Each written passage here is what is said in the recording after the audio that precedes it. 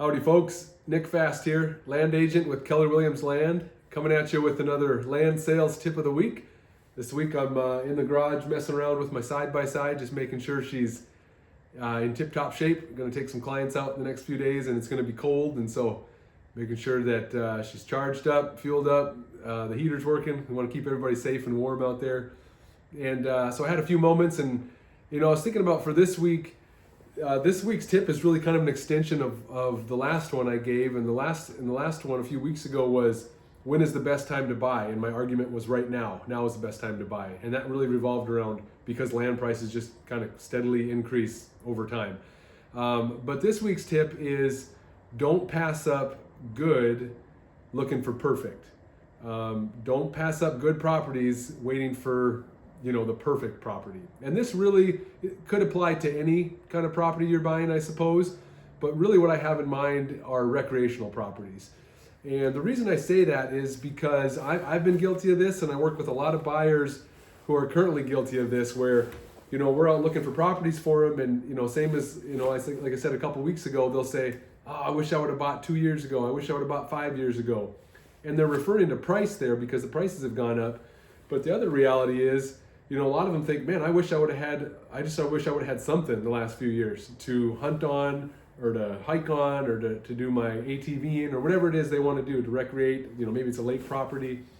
And, the reality is there's a lot of really good properties out there, but if you're waiting for the perfect one, you could be waiting forever. And prices are going up, and you're not enjoying the property. So a good example of this is my wife and I, when we first moved to Wisconsin. My wife's dream has always been to have lake property. She's always wanted to have a lake cabin. And when we moved here, we were not in a position, and still aren't in a position to afford to be able to, to have a lake cabin.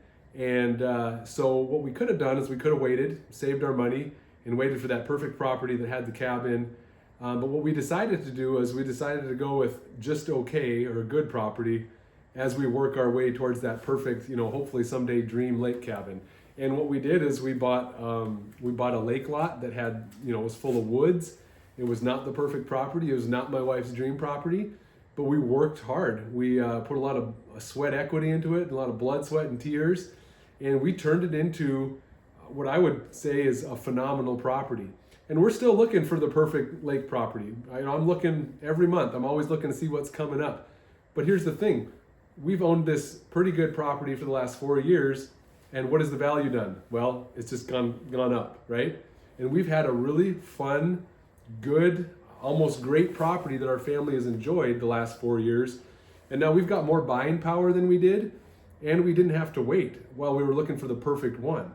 And so someday we'll sell this, and when that perfect property shows up, we'll switch them out. And so that's my tip: is you can make a lot of good properties into great properties. You can even make them into the perfect property.